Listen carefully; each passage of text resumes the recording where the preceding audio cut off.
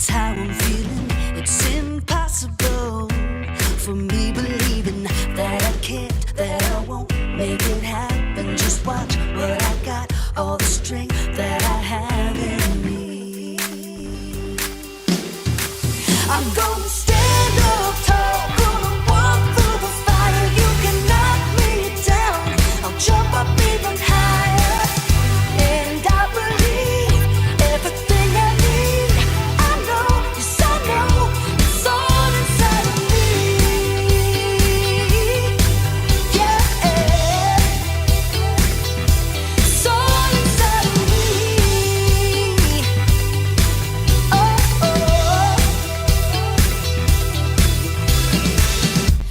exceptional is what I'm bringing.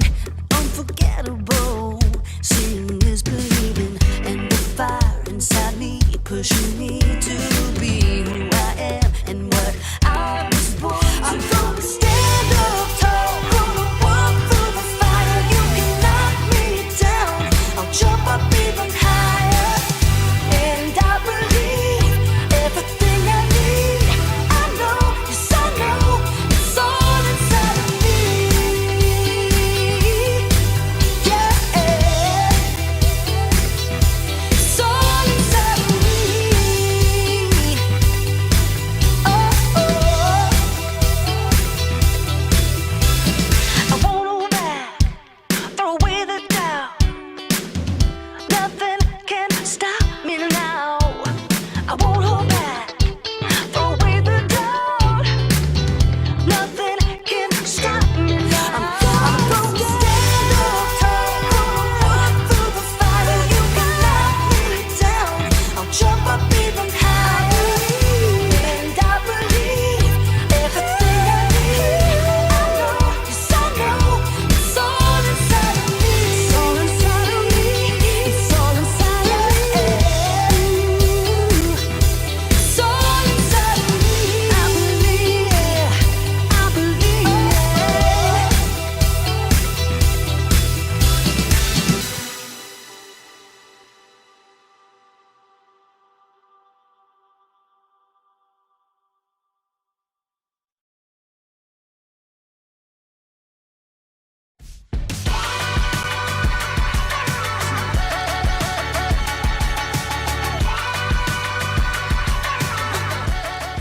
Good day, friends. I'm Graham. You ever had one of those days? You know, those days where it seems like nothing is going your way, when things seem impossible?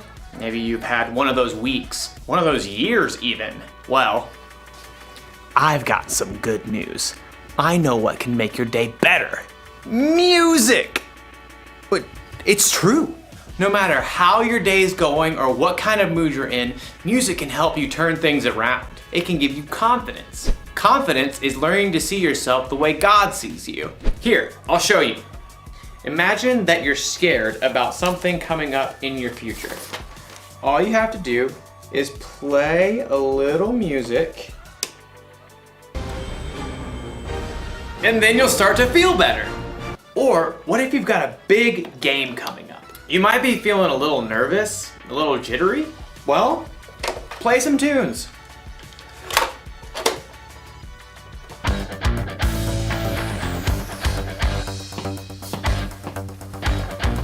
And you'll be ready for the game in no time.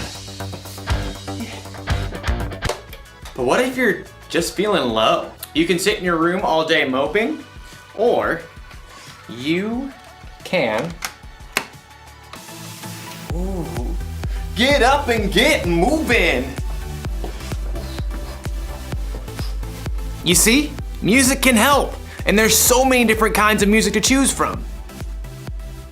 You'll have plenty of options when things seem impossible. Today's story will show us how God deals with the impossible. I think it might be impossible for me to move right now. I'll see you when I figure this out. The Bible. It's 66 books of history, stories, letters, and poetry that fit together to form God's one big story. The epic adventure of how He created us and loves us so much that He made a way to rescue us. As we travel through the Bible, from Genesis to Revelation, we discover people who met God and found their lives changed forever. Now, for an amazing story, inspired by the book of 1 Kings, chapter 18. Israel was ruled by many kings who didn't listen to God, but King Ahab was the very worst. He even built a temple to a false god. Everybody worship Baal. He is very great because, I don't know, he can make it rain and stuff. Woot! But the Lord sent a prophet named Elijah to deliver a message to King Ahab. As the Lord lives, there will be neither dew nor rain in the next few years, except at my word. You pipsqueak. Baal can make it rain. Also, off with your head. Elijah quickly departed the palace, and at the Lord's direction, he escaped and hid east of the Jordan River. For 3 years, there was no rain in Israel. Impossible. I won't allow it. Baal, make it rain this instant. Crops failed, rivers and brooks dried up. King Ahab was desperate. In fact, his wife Jezebel even hunted down most of the prophets of God that were left in Israel. Off with their heads. But through it all, God provided food and water for Elijah. In the 3rd year of the drought, God spoke to Elijah again. Go, speak to Ahab. Then I will send rain on the land. You do realize he wants to kill me. Okay, here goes. As Elijah traveled to the palace, he met King Ahab on the road. Is that you troubler of Israel? I haven't made trouble for Israel.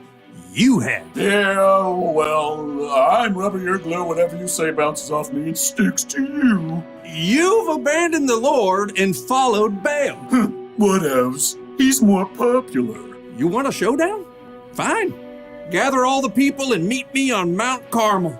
Oh, and bring all the prophets of Baal. Oh, you're on.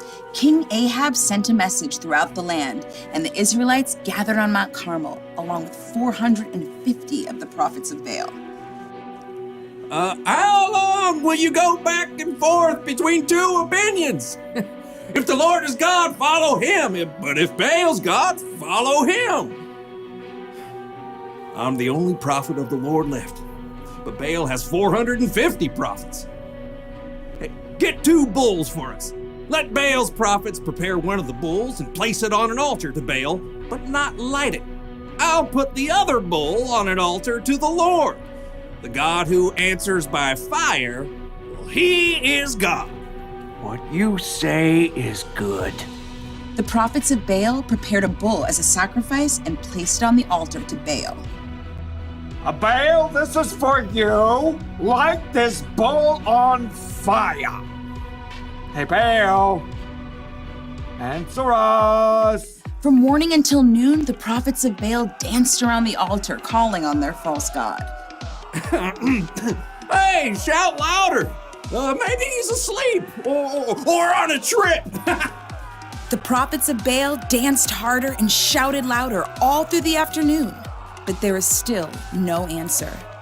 At last, Elijah stood up. Enough! Come here to me. Elijah took 12 large stones and rebuilt an altar to the Lord. Then he took the bull and sticks of wood and placed them on the stones and dug a deep trench around the entire altar.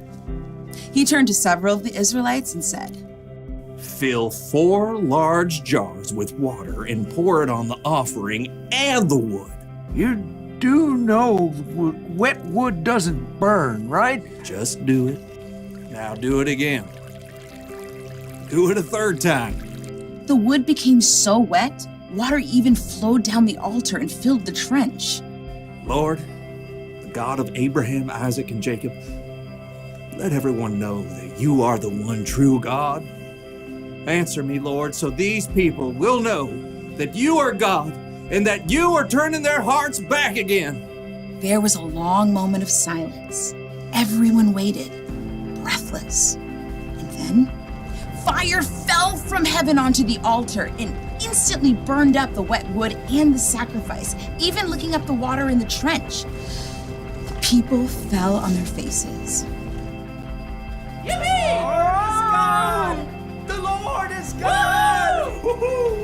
Terrified, the prophets of Baal tried to escape, but were captured and wiped out. Elijah turned to King Ahab. Go, eat and drink, for there is the sound of a heavy rain. Though the sky was completely clear, in a short time a tiny cloud appeared. More clouds joined the first. They turned dark and black. The wind rose, and fat drops of rain splattered onto the dry earth for the first time in 3 years. Filled with God's strength and joy, Elijah raced ahead of King Ahab's chariot to the city.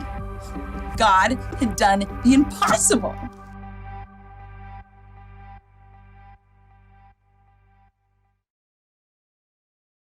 Music can help when you need a boost, but if you really want to know how to deal with the impossible, you should read the Bible. The things that seem impossible to us are totally possible for God.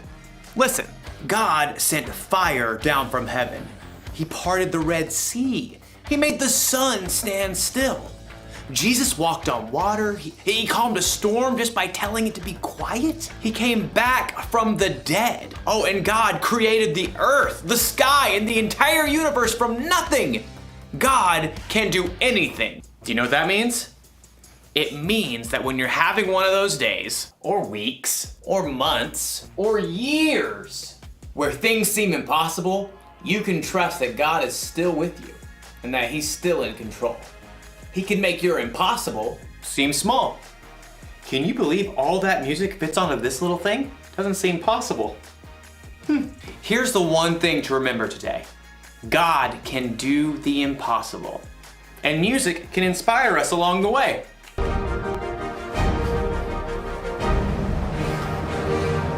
I'll see you next time.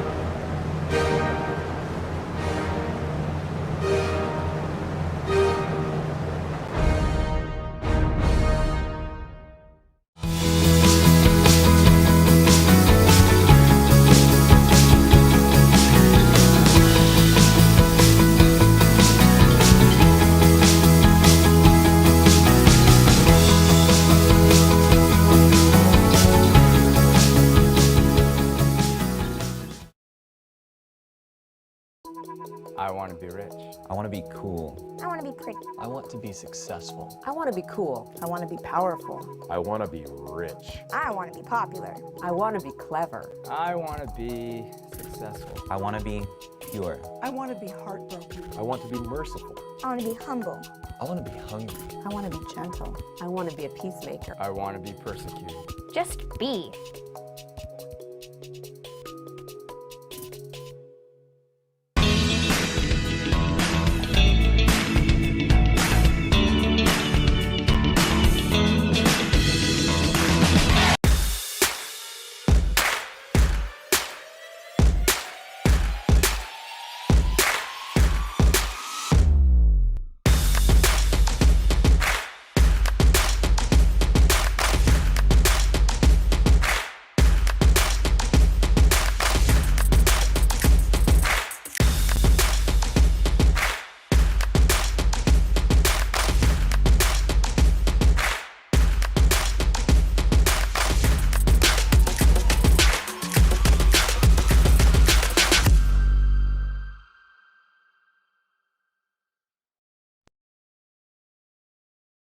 Do you remember the things in middle school you'd promise yourself you'd never do in high school? The clothes you said you'd never wear? The music you promised that you'd never be into? The trends that definitely just weren't your vibe? You know what it was for me? Music. Growing up, I was clear about one thing when it came to my taste in music. I would never, and I mean never listen to country. I get that may be your thing, but it definitely was not mine. Not because it was terrible, but because it was just off-brand for me. I was more of a hip-hop and R&B kind of person in middle school. Then high school came, and I ran into one of my best friends. His name was James, and James was into country music. Everywhere we went, we'd go to the store, he'd be listening to country. We'd go to football practice, he'd be listening to country. We'd go pick up some food from the local restaurant, he'd be listening to country. And the more I listened to it, the more I got into it. And not before long, I was listening to Brad Paisley, Tim McGraw, dare I say, Chris Stapleton. These were all people that were now in my phone and music that I was listening to. But middle school me never would have thought that high school me would give into liking country music. But my friendship with James took my music preference to a whole new level. I started learning things that I've never thought I would learn. Sweet home Alabama, Mom, I'm coming home to you. I love that stuff. This is just how high school goes, right? So many of us enter high school thinking things like, I would never do that. I'm never going to date that person. I'll never try that. And then, well, we do. Yes, this happens with simple things like music preference, but it also happens in areas of our lives that are a bit more complicated. I'm talking about substances we put into our bodies, words we use, people we become influenced by, things we do with our bodies, ways we treat our parents and step-parents. The list goes on and on. In fact, if we're really honest with ourselves, for some of us, the person we thought we'd never be is exactly who we are becoming. Here we are in the reality and aftermath of all the things we said we'd never do. And we've all faced the same question once we get here. What do I do now? Some of us keep making the same poor decisions. It's almost like we just give up and keep giving into whatever the thing is for us. We think, this is just who I am now. This is just what I do. If I've already made the bad decision, why turn back now? Others of us do our best to hide it. Maybe it's a habit or a boundary we keep crossing. And instead of dealing with it, we just cover it up. Yes, we feel guilty, but we just decide not to deal with it. Or maybe we do something we thought we'd never do, but we are confident we won't do it again. We decide we won't end up in that place. We won't give in to that temptation. We won't try that thing ever again. But then somehow we do. And once we do, it feels like we're right back where we started. We get stuck where we messed up. We gave into temptation, and now those temptations have become patterns that we stay in. They're things we find ourselves giving into over and over again. And here's two things I know for sure. Number one, messing up, giving into temptation, can be one of the quickest ways we convince ourselves to give up on our belief in and relationship to God. And number two, we are all 100% for sure going to mess up. So, now what? The last few weeks, we've been talking about how Jesus, the man who Christians believe was God in a human body, faced temptation. Yes, he faced the same pressures to give into all sorts of different temptations that we do. Now, he never gave into those temptations he faced, but he does know what it feels like to be tempted. And he does have something to say about how we can move forward after we give in. One of his best friends, named John, recorded the story of Jesus' life in a document we now call the Gospel of John. Check out what John wrote down. For God did not send his Son into the world to condemn the world, but to save the world through him. John writes that Jesus did not come to earth to condemn us. To condemn simply means to give up on us. Or basically, it's another way to say it's over for us. But Jesus didn't come to give up on us when we give in to temptation. He didn't come so that we'd be clear just how mad God is at us for our mess ups and how much trouble we're in for all the ways we failed. Jesus came to save us from the punishment we deserve for all the ways we've messed up. He came to save us from our tendency to stay in where we gave in, and instead show us another way to experience life. So, what does this really mean for us? Well, here's the good news. If you don't catch anything else I've said today, I want you to remember this. When you give in, you can start again. God is a God of second chances. We don't have to stay stuck where we've messed up. We don't have to believe the lies that tell us that we'll only ever be the results of the bad decisions we've made. Jesus wanted to show us that when we think it's over, it's not over. When we think we've given in too much or too many times, He hasn't given up on us. Part of following Jesus is believing that he's the only one who can say you are condemned. Since he's perfect, he's the only one qualified to call us condemned or to give up on us. And he does the exact opposite. He says we're not condemned.